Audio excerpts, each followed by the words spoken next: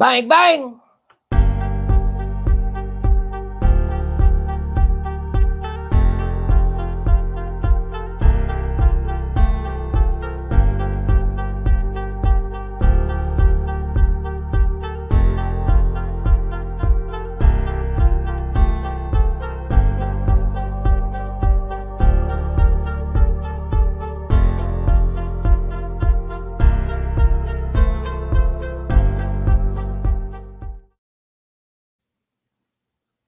Hello, good evening, ladies and gentlemen. It is your Southern Fried Gentleman, J.D. Wyatt, J. Dizzle, you might call me.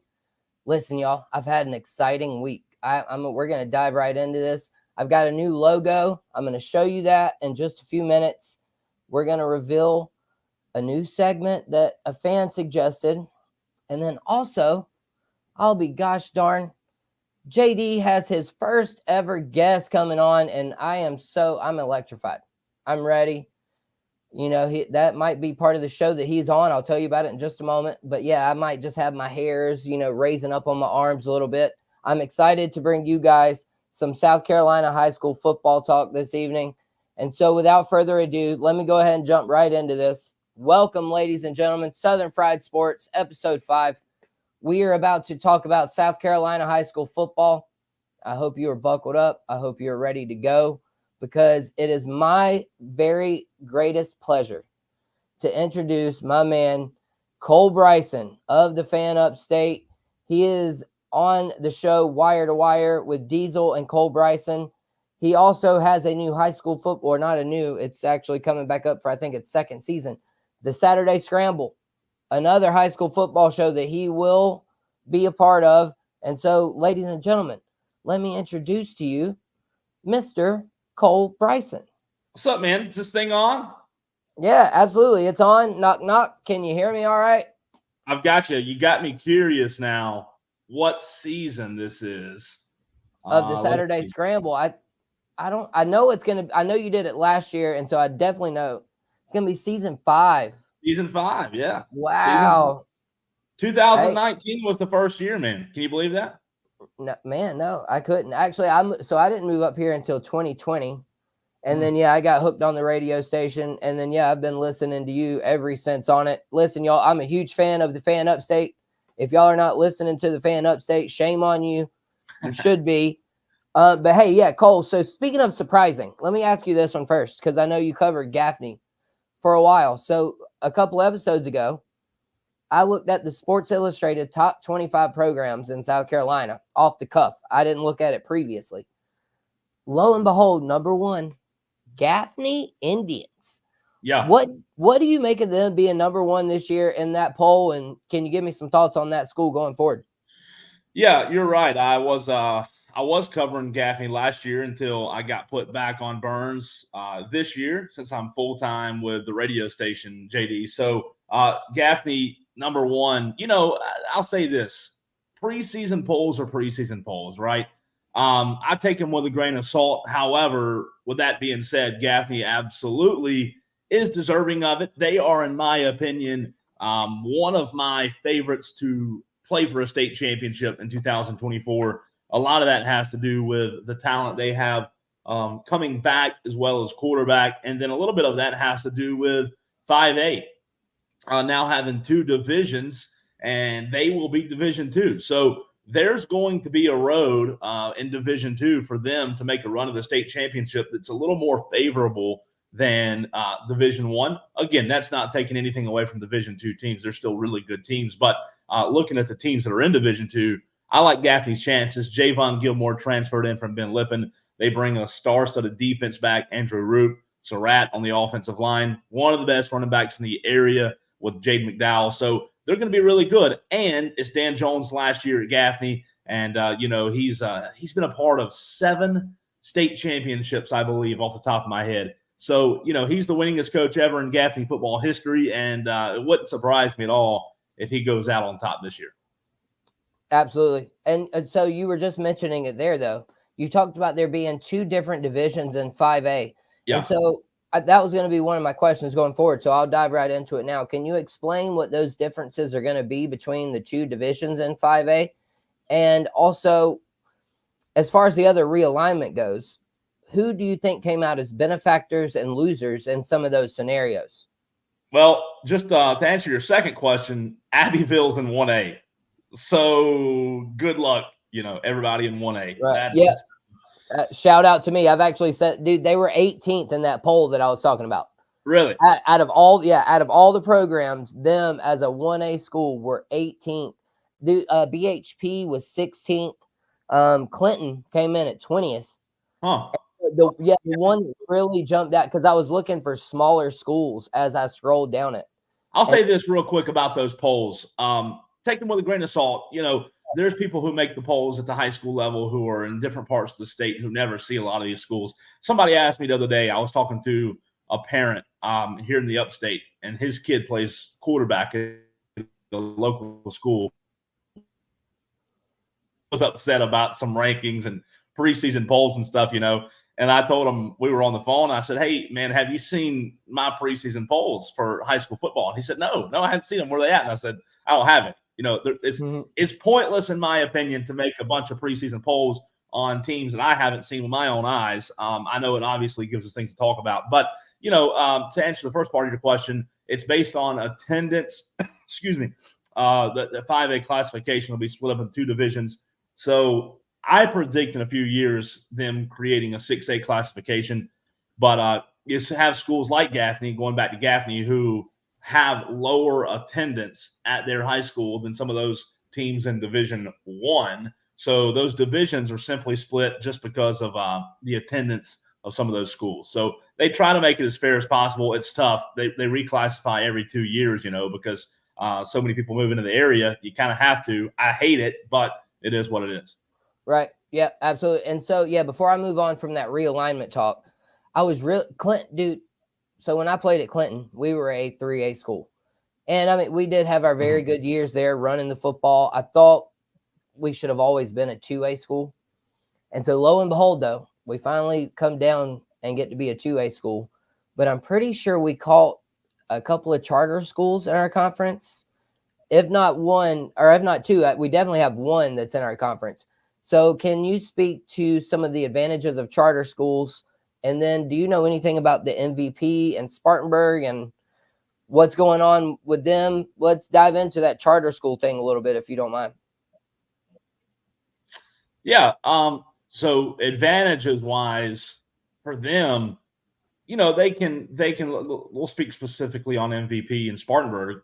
It's kind of weird. It's in, locals call it Springfield area. It's kind of Boiling Springs, Inman, Spartanburg, kind of on the border of all three. But basically, anybody can go to that school, and there's no district line. So that school that's in Boiling Springs and Spartanburg, JD, if somebody lives in Greenville or Roebuck or you name it, on the other side of Boiling Springs and Chesney, that would normally have to go to Chesney or a Greenville or a Dorman if they lived in Roebuck. With MVP, with that charter school, the advantage is they can I don't want to use the R word, but they can get players from any part of the state without having to worry about lines, district lines, and things like that. So it'll be interesting to see. They've got some really good players. They've got some guys at skill position like Jalen McGill from Broome, who are really good football players, and they've got some good guys on the coaching staff that have been in the coaching game for a while now. Some new faces. I think MVP is a very interesting storyline, not just because everybody wants to talk about it, how people feel strongly about them, but a lot of that has to do with just how they'll be on the football field. Right. Absolutely. And then, I think I saw even there was some drama between the Spartanburg County schools and the MVP schools. I don't know if you've seen anything about that. There was a couple of MVP coaches, I think, that were suspended, and now MVP is suing a couple of the Spartanburg County schools. Yeah. Two game suspension originally. That suspension got overturned by the high school league. It was Really? due to a youth football camp. Yeah.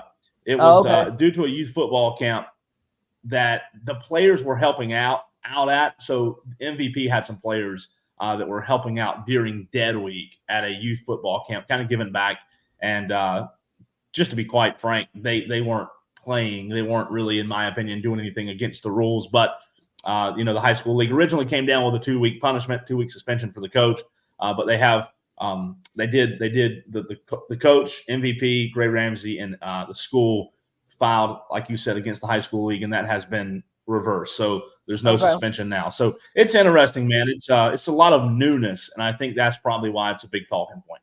Right. Absolutely. Yeah. I mean, people are probably at this point going to challenge the rules any way they can, especially if it's something they like.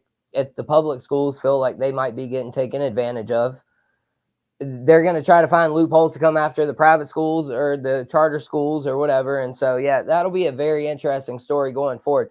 Let me hit a few comments here, though, real quick. Cole, if I could. I got my man, Rowdy Rooster. Nice to meet you, Cole. Love your work, brother. He is tuned in. He thinks that Abbeville is going to roll. I think so, too. I do. Yeah. I mean, if I told him the other day, speaking of, like, gambling odds and stuff like that, bro, shoe Abbeville in 1A state championship right now. I mean, punch that ticket. I mean, they've been lights out in 2A. I can only imagine what they're going to do in 1A. Whole time in Woodruff, let's see here, Rowdy Rooster. My whole time in Woodruff, we were 2A. It was wild when we got switched to 3A. Yeah, I remember that. I do remember that. We played y'all for a while there in our conference. But, yeah, it's just weird how they bounce some of these schools back and forth. Cole, I wanted to ask you about some of the individual players that maybe we're not, that aren't committed, that could very well go to big schools that we maybe don't know about. Can you tell me about a few of those players that you might have as, sleeper picks? Well, it's interesting when you have players who play multiple sports. Sometimes they go to school for other sports, right? Like a good example of that would be upstate kid at Bowling Springs, quarterback, senior. This will be his 3rd year now at quarterback, Lincoln Husky. He's committed as of right now. His options are still open, but he's going to, I believe, go to Queens and Charlotte to play lacrosse. So he's a guy that isn't committed football-wise yet. I do believe he's still open to it, but he's one of the best quarterbacks, not just in the upstate, but in the state. And he's a guy that, because he goes to Bowling Springs, isn't talked about a lot. So you ask about sleepers, guys who are uncommitted football-wise. He stands out, especially here in the upstate, because Bowling Springs, they're in a tough region. That Region 2 5A, with them, Dorman, Bowling Springs, or them, Dorman, Spartanburg, Burns, and Gaffney, and you add Wade Hampton and Riverside this year. That's a tough region. And Bowling Springs, they always get neglected in terms of coverage because traditionally Bowling Springs hasn't been a good football program other than the few years around the state championship run in 2016. But Lincoln's one of the better quarterbacks in the upstate. If you are a fan of 5A football, and you'll see some of those schools at some point this year, whether it be Dorman or Spartanburg, really watch out for Bowling Springs in terms of their quarterback play, especially Matt Reel. Just took over that job just a few years ago and has done a tremendous job turning that program around. And Lincoln's one of the better quarterbacks in the state. Absolutely. Very good stuff there. Yeah, Lincoln, I've heard quite a bit about. Bowling Springs, like you mentioned, they did pump out Dylan Thompson in the past, a Gamecock. And ladies and gentlemen, yeah, it is me, Southern Fried Gentleman, JD, J Dizzle. I am joined by Cole Bryson of the Fan Upstate, Wire to Wire with Diesel and Cole Bryson. The Saturday Scramble coming up. He's got all the high school football coverage you can imagine. Let me move on, though, from high school football because I cover everything here on this show, Cole. Yeah.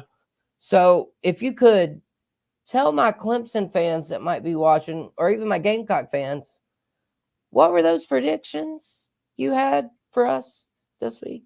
If you could, tell me about that. South Carolina predictions? And Clemson. I want the Clemson ones, too. I had South Carolina going 6-6.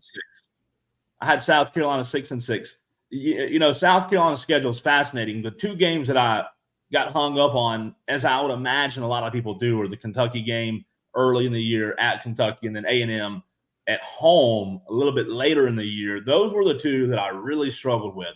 You have the three, and again, I'm not looking at the schedule, so I'm going to try my best. You have the three non-conference, right? Akron, Wofford, and Old Dominion. Those are three locks. Then Right. you have Vanderbilt, which you assume is the fourth lock. So there's 4 wins on that schedule. So the problem is coming up with 2 more if they're going 6-6, right? And I think there's a good chance with Shane Beamer. He's shown that he can upset a team here and there. He did it with Tennessee a few years ago, did it with Clemson as well, back-to-back weeks. It's interesting. I think they're a better team than Kentucky. Kentucky's a little bit more proven on paper. I think a lot of people, when that game gets here, I think people will pick Kentucky because they trust Kentucky a little bit more. But I think South Carolina's the better team. And then at A&M, first-year coach and Mike Elko coming to South Carolina. South Carolina, when they play A&M, I believe will come off of 3 weeks of really tough opponents. So I think that'll be a very winnable game for South Carolina. But those 2 were tough. I went back and forth. I ended up giving South Carolina wins on both. I believe most people are picking South Carolina to go 5-7. Those 4 wins, those 4 locks that I talked about, and then you split with Kentucky or an A&M. But I took both. I took South Carolina taking care of Kentucky and A&M. Right. Hey, there's a lot of South Carolina fans. I think at the end of the season, they'll take 6-6. And now, if you could though, give me what was your Clemson prediction for this season going forward? I had Clemson losing to Georgia and at Florida State, if I'm not mistaken, off the top of my head. I think I had them. And again, I'll tell you this. It's like I said on air last week when we made those Clemson predictions. That Florida State game, right now it's a coin flip for me. It's one of those things where as the season progresses, we might change our mind and say, well, Florida State's far and beyond the better team, or Clemson's the better team. And obviously, as we get closer, we might change our predictions there or change our opinion. But right now, I think that's the toughest game on Clemson's schedule to predict because it's on the road.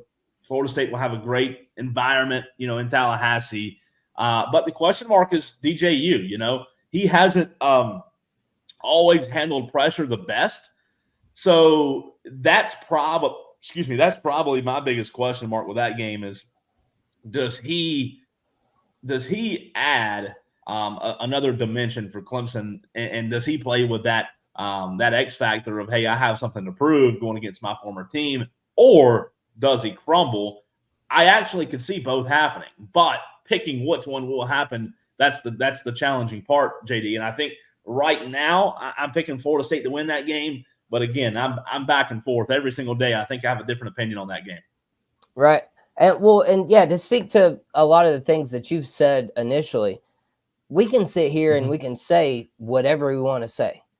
Until we see play on the field, there's a lot of these games that might turn into losable games. That's what I'm very curious on the Gamecock schedule to see how week 2 at Kentucky turns out, because I think if you can go to Kentucky and get that win and then come back at home against LSU that following week, depending on what LSU looks like, that turns into a winnable game all of a sudden. You know what I mean?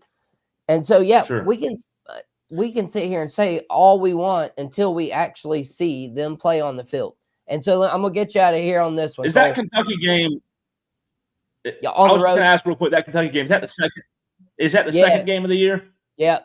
Second game of the year on the road. So I kind of look at that game the way I looked at the North Carolina game last year to start the season, kind of like as the tone setter. And South Carolina just was not good last year, against North Carolina. I actually watched that game a couple of nights ago, and they just were pitiful. But I kind of look at that game as a tone setter. Like if they go to Kentucky and get embarrassed on the road, it's just going to leave a bad taste in a lot of Gamecock fans' mouth. However, if they go to Kentucky and win and they're 2-0, come back home, like you said, riding high, who knows? Right. Yeah, it could be a very winnable game. At that point, if LSU becomes a winnable game, then I would argue Missouri is a winnable game. Oklahoma might be a winnable game. Yeah. We don't know what we don't know at this point. And then, to your point too, some of these guys, Lenore Sellers, he could be a baller. And then there's also been people that have predicted us losing at home to Old Dominion week 1. I think that was a hot thing when the game of NCAA football came out. There was losses by South Carolina that week 1 to Old Dominion, and people are like, really? That might be a losable game? That'd be bad. That'd be the lowest of lows, I believe, for Shane Beamer. I don't see any way in the world that happens. Right. South Carolina, I think, we're better in a lot of different areas this year, including offensive line, where you got to remember last year, people forget, they were really banged up. And getting guys like local standouts from Dorman High School, who South Carolina's relying on a kid from Dorman to have a big role in the offensive line. They're gonna be, as long as they can stay healthy or semi-healthy, they're going to be a lot better in a lot of different areas. I say, to put a bow on South Carolina, I've said this multiple times, they might not have the statistics in certain areas that like Rattler had last year. However, I do think they'll be a little bit more of an efficient offense this year with Lenore Sellers and hopefully a better running game, because last year, when you can't run the ball consistently and your offensive line stinks, that puts a lot of pressure on the quarterback. Right. Yeah, I mean, I think I heard the stat that we ran the ball like 27% of the time, or even worse than that last year. It was awful. Speaking of play on the field, though, and what we know and what we don't know, let me get you out of here on this one. Atlanta Braves. I was going to come on here and I was going to say they're cooked. They were in very good position to hit a hot streak and move forward and make one of those late season runs. But the more I see, the more I think the wheels are coming off. And so I literally heard you mentioning this the other day. I figured I'd get your thoughts on it real quick. And then, again, thank you for joining me. But, yeah, let me hear about your Braves. And are they cooked? Are they Southern Fried Sports? Are they Southern Fried Chicken? Yeah, I think they're all of the above. I think that, as you said, what was it, a week and a half, 2 weeks ago, when they had that opportunity to make a run at first place, and they failed to do that when the Phillies took a little bit of a skid. I think that shows like the team DNA, right? I think like a good team in that position would have acknowledged where they were, took advantage of it, really felt motivated. Because I believe at one point they were 6 games back. I just felt like a good team would have took the bull by the horns, if you will, there. And the Atlanta Braves, they just, it's a disappointing year. There's just not much that's going wrong. And I know everybody knows they've had a ton of injuries, right?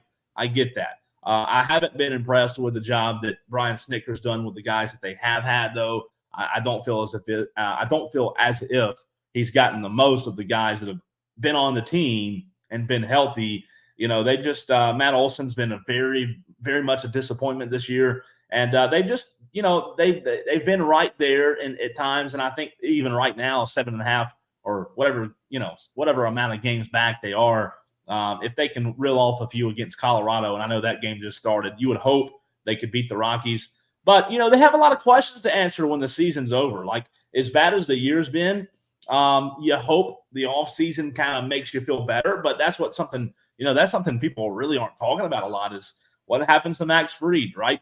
The Braves overpaid for Charlie Morton and could have got him at the AARP discount, but they didn't. So what do they do with Max Fried now? So that's a huge part of it. Schwellenbach has shown promise, but this offseason is going to be important because the taste in the mouth of Braves fans is going to be very disgusting unless they just go on some kind of magical run here in the last 2 months of the season, which I don't see happening. But the front office, Alex Anthopoulos and those guys are going to have to figure out a way to improve this club during the offseason so that if injuries do happen again, we're not back in this same position. Right. Well, and the one thing that really shocked me was this whole time, all of us Braves fans were, hey, we need to make a move here leading up to the deadline. And the best that we could come up with was putting the band back together. You know what I mean? We got all the old guys, Rosario, Soler, which granted, I was happy they added Whit Merrifield Jr. I was good with that one, obviously being a Gamecock. But, yeah, I mean, it was just like, this is the best idea we've got let's get the old band back together. And now the pitching's gotten worse. You can't count on JD. You can't count on when you're not the best team in the league.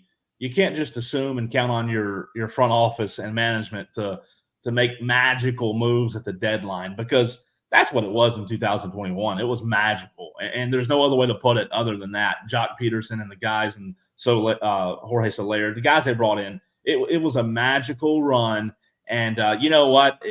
Brian Snitker, in my opinion, is a good manager. I really think he is. However, what would the perception be of Brian Snitker today if Alex Anthopoulos didn't make those magical moves at the deadline in 21, they didn't go on to win the championship, he'd be 8 years of a stacked team year after year and no championship to show for it.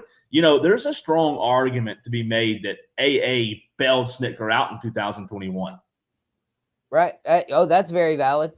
And then, I mean, just think about now with where we've gotten at this point. Some people are saying Snitker's asleep at the wheel. And that would be my question is how long does it take for his message to wear off? Has his message started to wear off already? Have the same guys heard this same coach for too long already, potentially? You know, it's interesting. We talked about this yesterday. There have been so many organizations in the past that have ripped the Band-Aid off when they felt slippage. You know, Mike Budenholzer, Gene Chizik, just to name a few off the top of my head. You know, it happens. Frank Vogel, right? When teams feel discomfort or slippage, they sometimes just rip the Band-Aid off. And, you know, I think back to last year's World Series. Brian Snitker, as I said, I think he's a really good manager. The only thing is, do you just continue to hope and pray that this team can run it back and mesh, gel, stay healthy until the wheels fall off and until Snit retires? I'm not comfortable with that. And I go back to last year's World Series. Who won the World Series last year? Texas Rangers. Who was the manager? Bruce Bochy. Bruce Bochy last year is the manager of the Rangers in his first season, right? There's not many managers in the game as qualified as Bruce Bochy is. First season in Texas.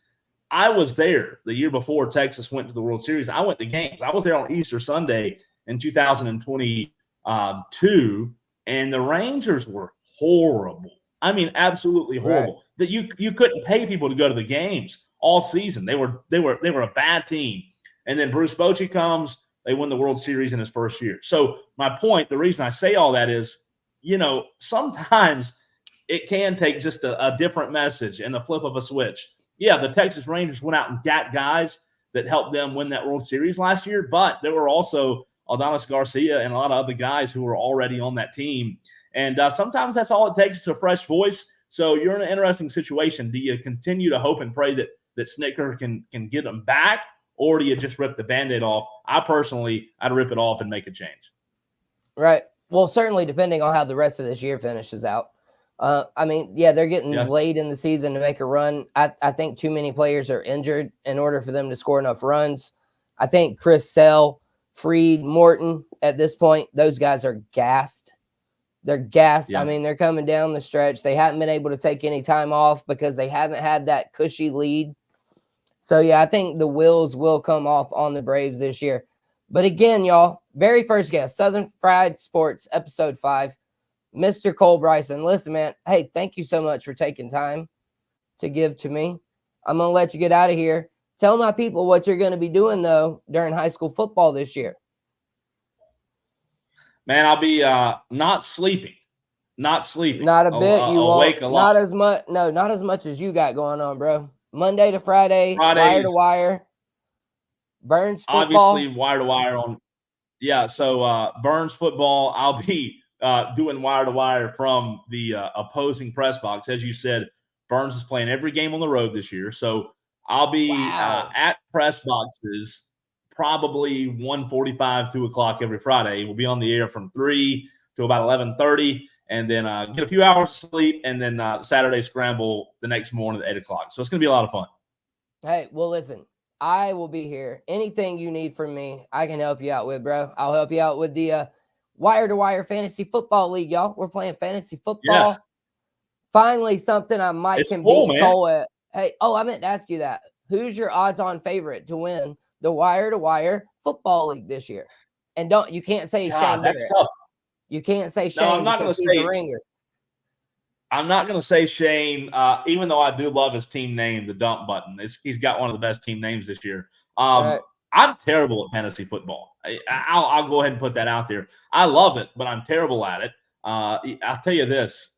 Somebody will win. You know how like when you get your girlfriend or your wife to pick the winners of football games, and they pick based on their favorite color, right? This team's wearing green. I'm going to pick this team. It'll be somebody who doesn't really follow NFL football, somebody who just joined because they know me or listen to the show occasionally. You know, the smartest guys in the room never win. But I believe the draft, if I'm not mistaken, that thing filled up quick. I believe the draft for that's next Sunday night, if I'm not mistaken. So we might have to you might have to get your technology resources, and we have to put together some kind of call. That way we can all talk trash while it happens. Oh, yeah. Yeah. Hey, yeah, I can get up to 6 people on here. I learned, apparently. I can't load my brand new logo or anything other than when I pause my camera, which I'm fixing to show everybody here in just a minute. But yeah, thank you, Cole, so much for joining, man. I know you're busy. I know you got a lot going on. We appreciate you. Y'all make sure to go follow him at the Cole Bryson on Twitter and on Facebook, the Fan Upstate. Cole, be blessed, not stressed, man. We'll see you soon. Thanks, man. You're the best. See you, buddy. All right, ladies and gentlemen, that was my man, Cole Bryson from the Fan Upstate. Wow, that was exciting. We got a lot to unpack there. I've got comments I need to get to. I'll tell you what, y'all. Let's take a quick little 30 seconds. Let's try to rewind. Let's see what we got going on. Man, Cole, he talked about the Braves. He gave you his Clemson pick, 10-2. Gamecocks, 6-6. Man, that was a tremendous little interview. Not little. I'm sorry, I shouldn't say little. That was a tremendous first interview on Southern Fried Sports. So, without further ado, let me show y'all my new logo. And I'm going to take a quick little break, and I'll be right.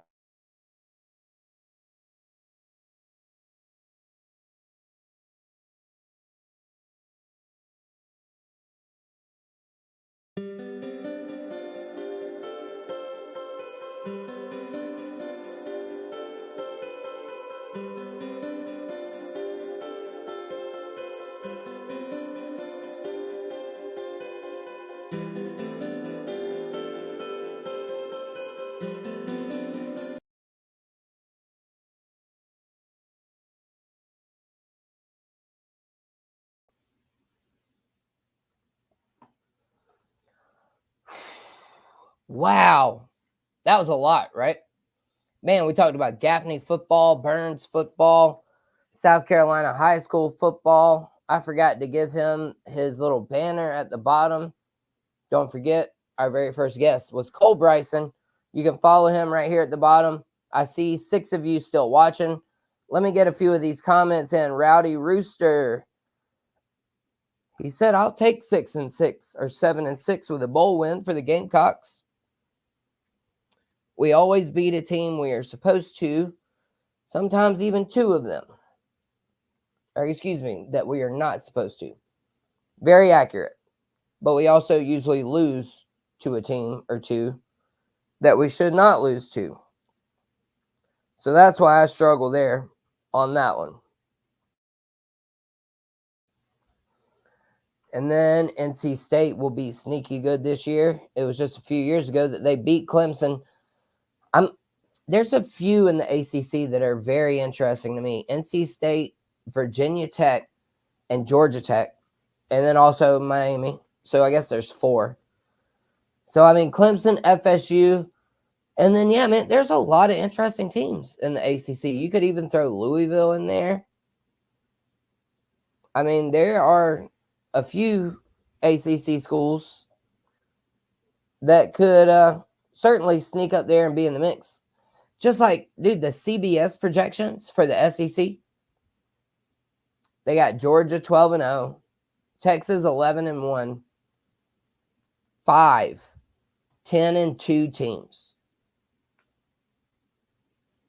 That would be like 7 SEC schools in the college football playoff if that were the case. I mean, that is absolutely absurd if you think about it. Because, I mean, really, how many teams are going to get in above a 10-2 SEC school? Not very many unless they're 11-1 or 12-0. And yeah, I got Rowdy Rooster over here. He says, fear the Hokie. Absolutely. My brother-in-law and wife would be very proud of that statement. 9 of the 12 spots could be SEC. They could be. I don't think they'll do that. I think they'll cap it at like 4 or 5, depending on what happens. But man, yeah, hey, we had a tremendous conversation. I'm coming up on time here for myself. There was just one thing that I needed to get to real quick. If y'all could give me just 1 second, my nose, my nose and my throat are giving me a little bit of trouble. Give me one moment here.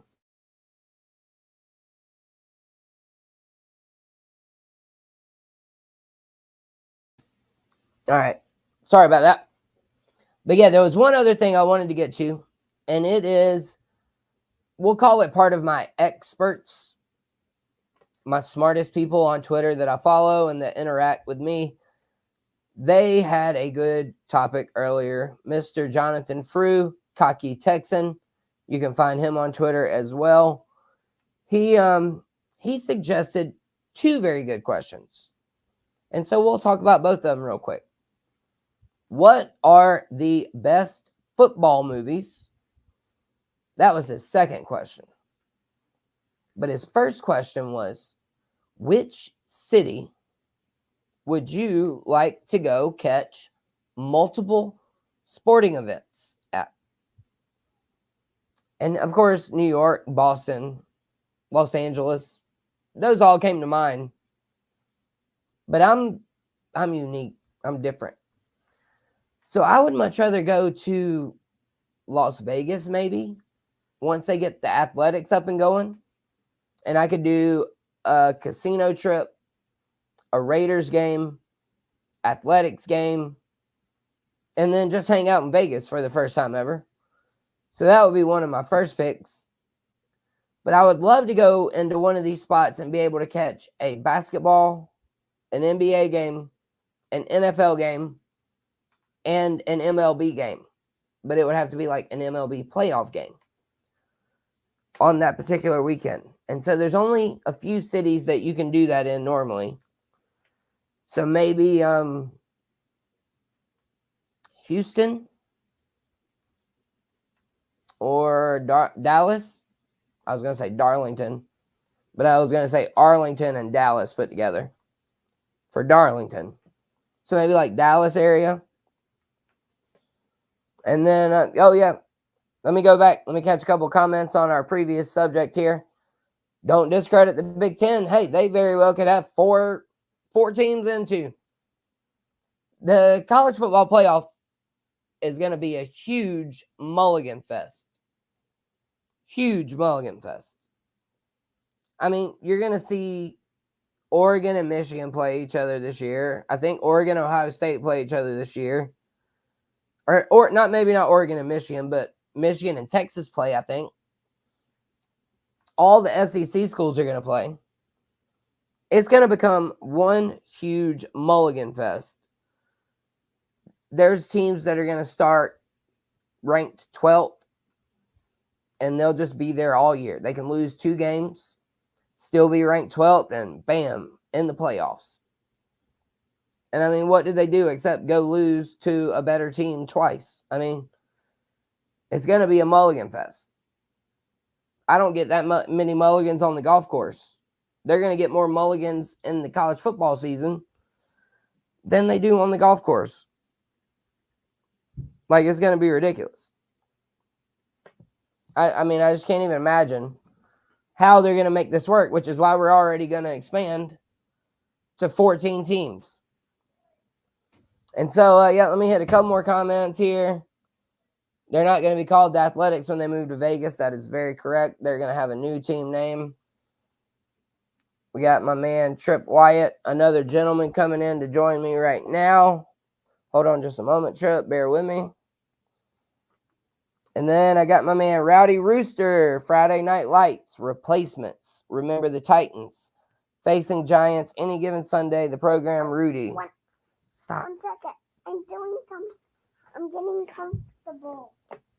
I'm trying to get Very good movie recommendations. I think all of those were mentioned on the Twitter post that I had from my experts. And then again, y'all, hey, we're coming down to the end. It has been Southern Fried Sports episode 5. My man, Rowdy Rooster, he also loves Columbia, Charlotte, Boston, Cleveland, Houston, Knoxville, Texas, everything in between. And so, with all that said, y'all, it has been a tremendous episode of Southern Fried Sports, episode 5. And here we are with my family. It is time to do my family duties. We're going to get all these boys comfortable real quick. Trip, come here. There's Mommy, there's Paxton, there's Daddy, there's Trip. And as I always say, be blessed, not stressed, be kind, dang it. And we love y'all. We will see y'all later. And thanks again to Cole Bryson. Hey, let me get y'all a little video on the way out. Let me see if I can do that. Got a lot going on. I'm sorry, y'all. This is real life. It's all right. We're not in a studio.